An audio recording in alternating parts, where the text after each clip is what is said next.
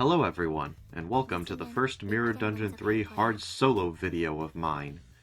Now I know we hit the light goal on the previous Cinq Dawn solo video, but don't worry, she will be the next one I do.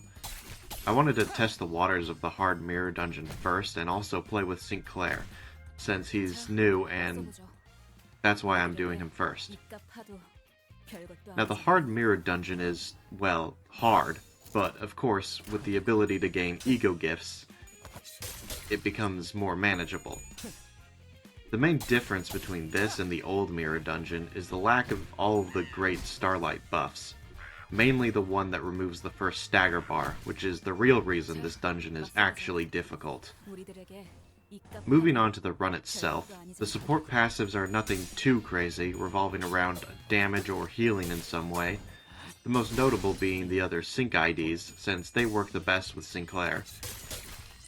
Despite the fact he has poise synergy, we instead choose random for our starter ego gifts, giving us Tomorrow's Fortune and Voodoo Doll.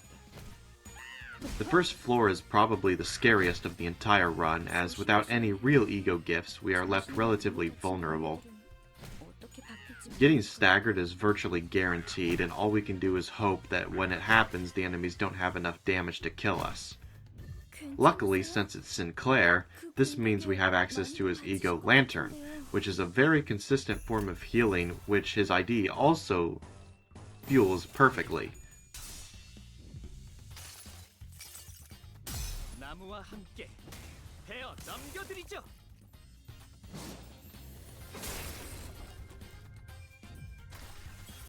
The first event node we receive is quite possibly the best ego gift we could have, Scarlet Moths.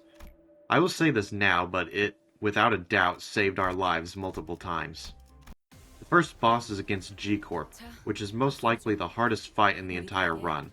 Being a human fight means we can't rely on evading, and with them dealing mostly slash damage, we get staggered too quickly. Thanks to rolling low with speed, however, we can use Lantern after they all attack, and are able to shrug off the damage that they deal, preventing the stagger from happening.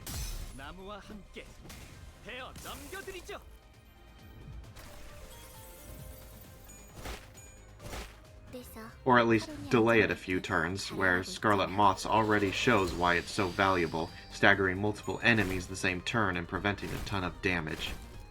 I don't think any other fight was as close as this one, bringing me down to only around 15 health.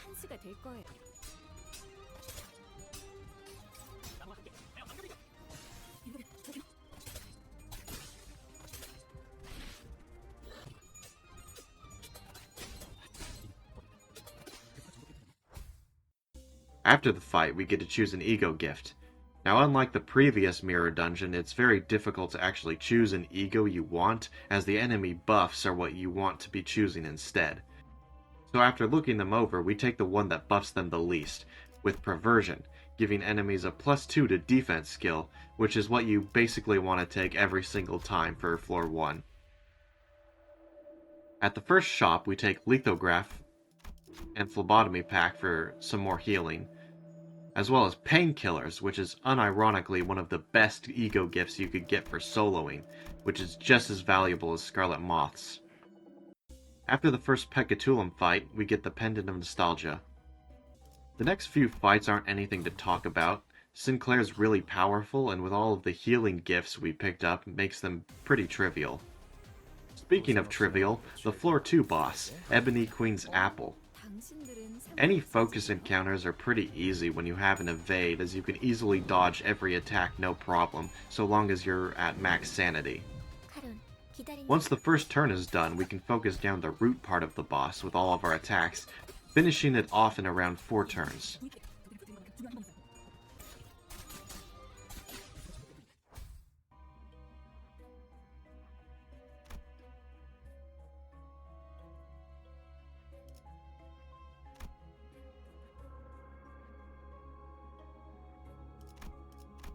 Floor 3 we ignore, the rest stop, having nothing worth upgrading, and make a mistake that nearly cost us the run, choosing a Pierce node, which takes us to fight some crabs.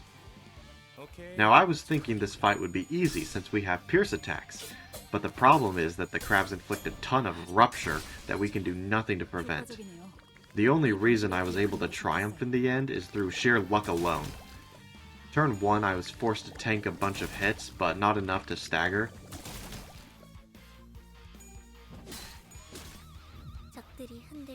Turn 2 I got lucky when the crabs decided to attack each other instead of me, yet again letting me avoid staggering.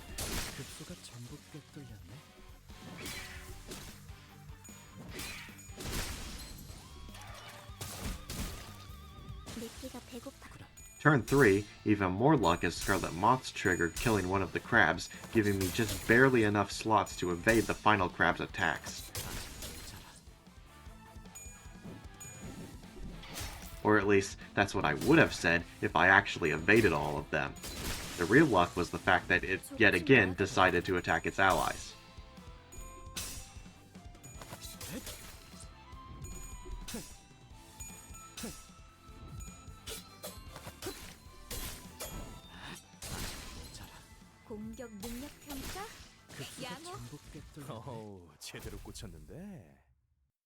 Every other fight on this floor is easy, so after getting blood, sweat, and tears from another Pekatulon fight, we go for the boss, Alleyway Watchdog. Just like with the second floor boss, this one is easily beaten by evades.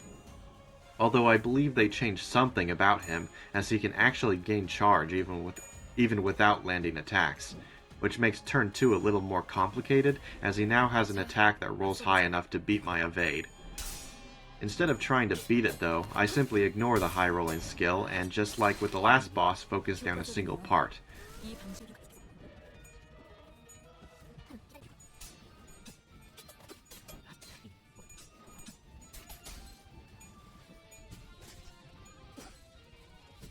He ends up staggering me, but thanks to painkillers, he is unable to actually do anything about it.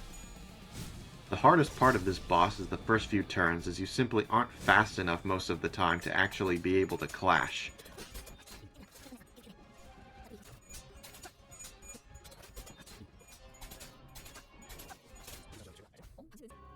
Our reward for doing this, or should I say punishment, is +1 enemy final power and plus 15% HP. We also get Sun Shower and Green Spirit too, I guess. The shop though is much more helpful, giving us Grey Coat, Blue Zippo Lighter, and Sticky Muck.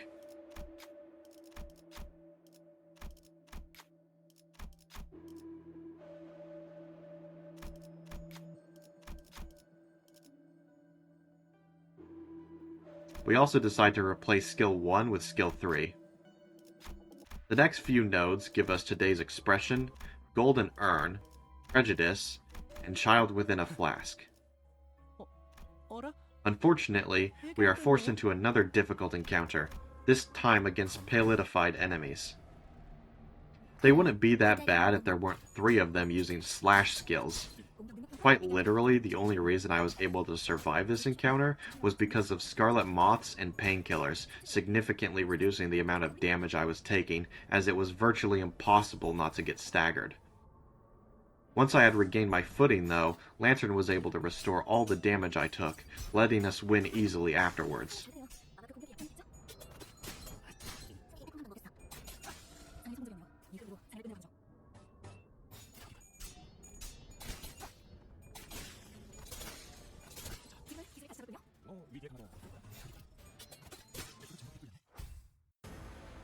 Floor 4 has us fighting the Shock Centipede, who is pretty easy since he gives us a free turn 1.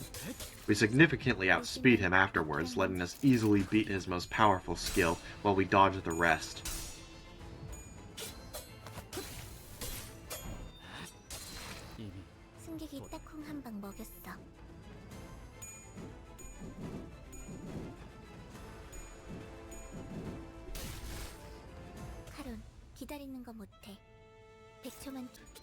Focusing down the body and dodging everything else has us take down his health in a matter of seconds.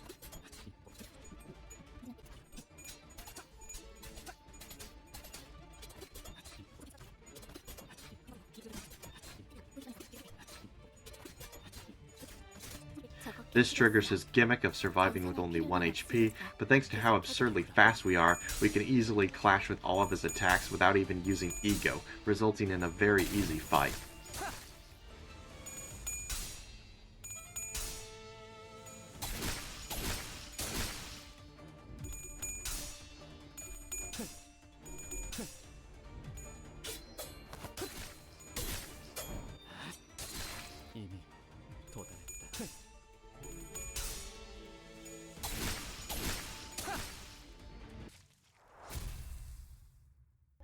our reward, we take Resilient, giving enemies an extra 25% health and 5 defense level.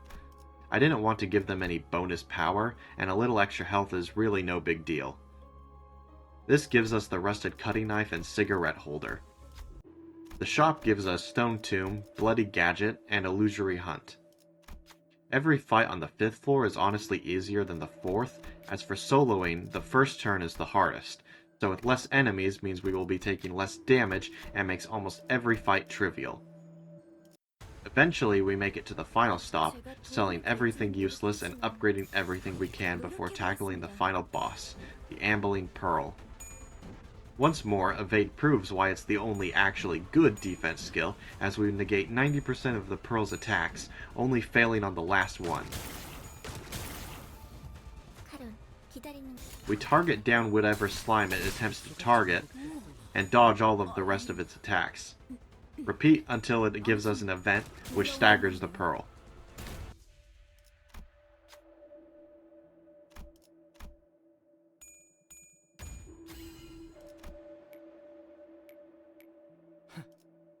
사냥이 성공적이었네요.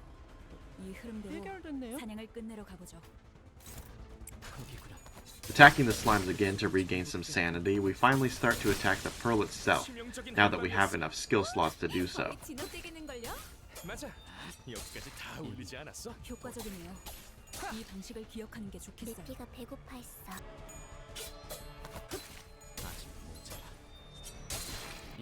칼날이 잘 드네요. 아마 그 공격이 약점이었겠죠? 공격 능력 평가? 양호. 제대로 꽂혔는데. 승객이 딱콩 한 방 먹였어. Of course, thanks to the RNG of evades, this fight is a lot closer than it should have been, as it misses the second attack and staggers me.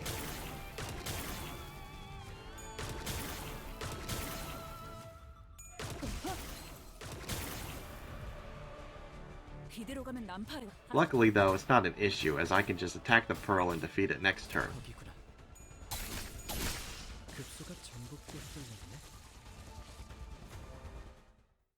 And that's how I soloed Mirror Dungeon 3 hard mode with Cinq Association Sinclair. The most difficult parts of this run were definitely the random pierce nodes with their bizarre mechanics that could easily kill a run. Other than that, the hardest boss was either floor 1 or the Watchdog, since they seem to have changed its mechanics. Anyways, that's basically it. If you liked the video and want to see more, like and subscribe. The next solo video I do will be Cinq Dawn, as I promised, so be on the lookout for that, and I'll see you guys later. Goodbye.